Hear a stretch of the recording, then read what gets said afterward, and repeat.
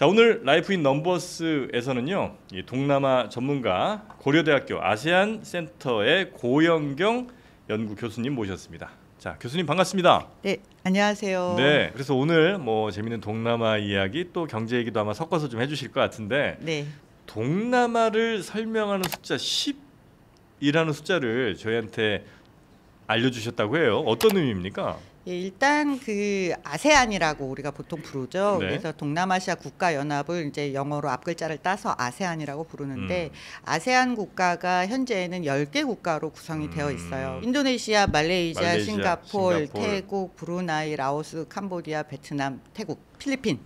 네. 아, 이렇게 이제 10개 나라인데 이 나라들의 공통점이라고 할 만한 건 뭐 있을까요?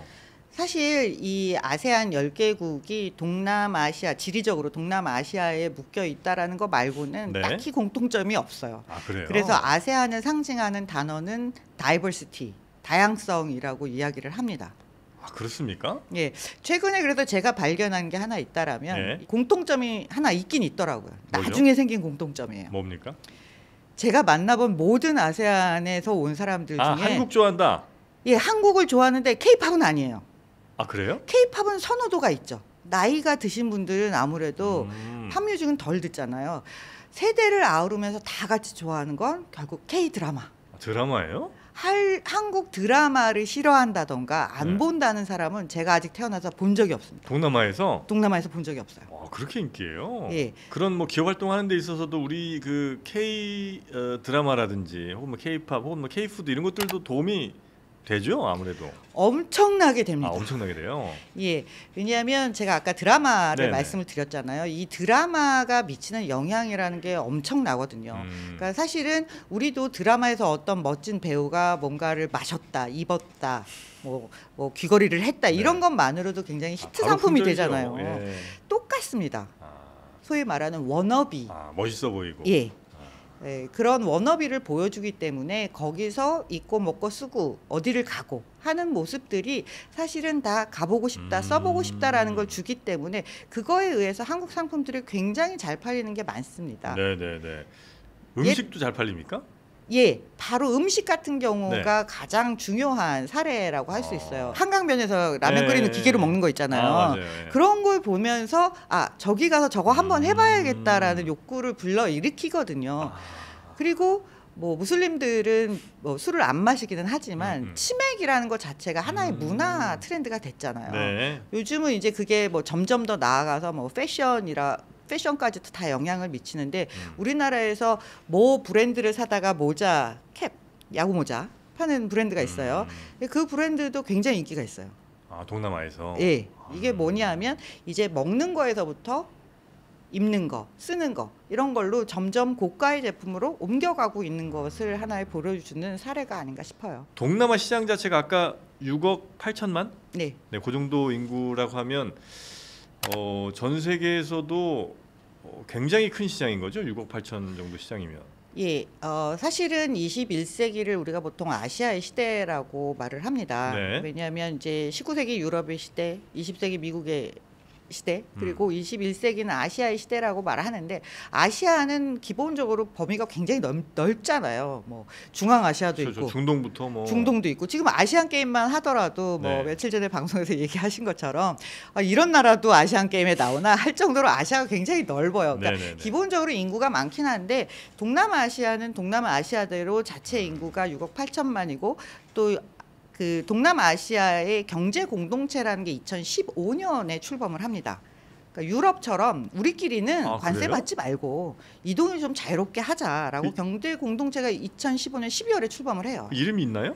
예, 그게 아세안 경제 공동체예요. 아, 그래요? 근데 우리는 그냥 줄여서 동남아 아니면 아세안 이렇게 하는데 제가 아세안이라는 말을 많이 쓰는 이유는 동남아가 가지고 있는 우리 머릿속에 들어있는 어떤 일종의 편견? 이런 것들을 제하고 하나의 단일화된 시장으로 보자라는 의미에서 아세안을 많이 쓰는데요.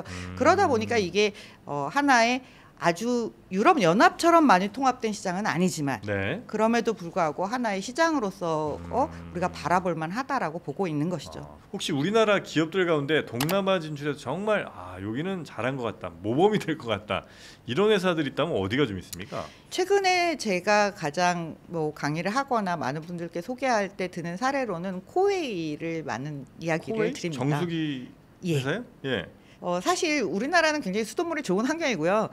동남아 같은 경우는 원래 물의 석회질도 많고 뭐 노후화된 뭐 수도관 이런 거 고치는 것도 뭐 쉽지도 않고 네. 이러다 보니까 물 수질 자체가 조금 지역에 따라 불규칙해요.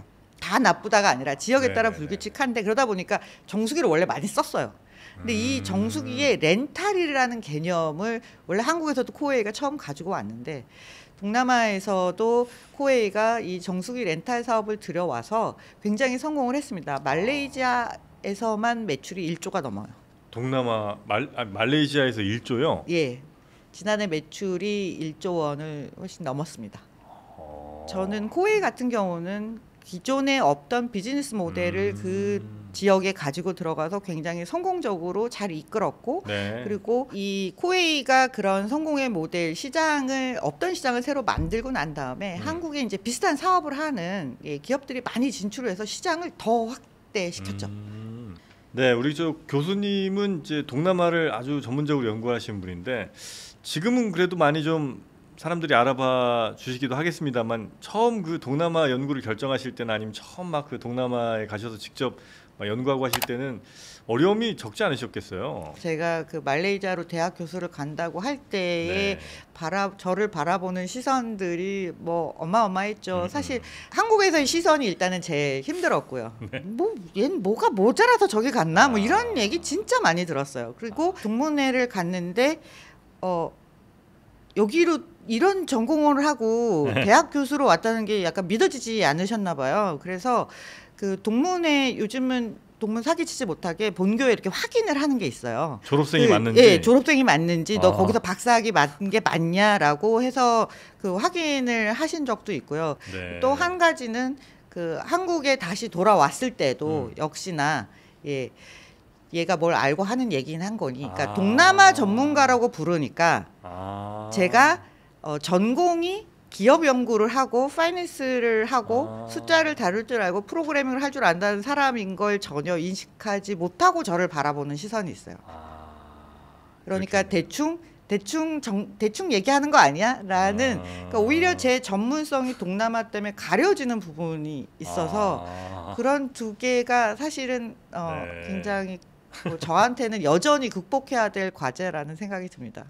자, 그러면 우리 고영경 교수님과 함께하고 있는 라이프 인 넘버스, 저희가 공통적으로 게스트분께 드리고 있는 질문이 하나 있는데 앞으로 내가 넘어서고 싶은 숫자는 혹시 어떤 숫자인지 준비해 주셨습니까?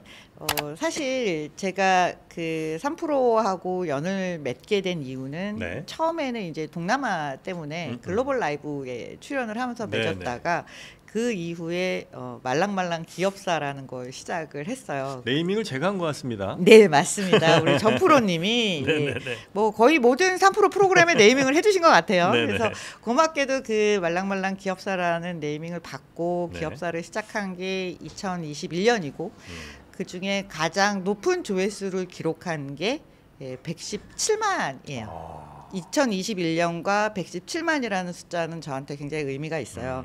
왜냐하면 그 기업사를 다루는 유튜브 채널들은 뭐 짧게 다루는 채널들은 굉장히 많이 있습니다. 그런데 사실 제 본업은 이제 연구자이니까요. 근데 이 연구를 하면서 동남아에 대한 이해가 너무 낮아서 동남아에도 쑥쑥 커가는 기업들이 많이 있다. 이 현지 기업들 또 아시아 전체를 보더라도 우리가 잘 모르지만 저 기업이 그 나라 기업이었어 하는 기업들이 굉장히 많거든요. 그런 기업들을 좀 알리려고 기업사를 시작을 했던 거예요. 그러면서 이제 글로벌 기업들 우리가 경영학을 하면 누구나 사례 연구를 하는데 그렇게 되는 기업들을 좀 자세히 알려주자고 해서 기업 역사의 스토리텔러를 시작을 하게 된 건데 그게 2021년이었고요. 그러면서 제가 또 하나의 저를 나타내는 하나의 아이덴티티를 갖게 해준 역할을 부여한 해이자 또 그렇게 제 뭐 아이덴티티를 계속 만들 수 있게 만드는 계기가 이제 3프로가 된 것이죠. 자, 오늘 고영경 교수님과는 여기서 마무리하면서 앞으로 우리 동남아 그리고 우리나라의 아주 소중한 다리가 되어주시길 다시 한번 진심으로 바라도록 하겠습니다. 교수님 오늘 대단히 고맙습니다. 네, 감사합니다.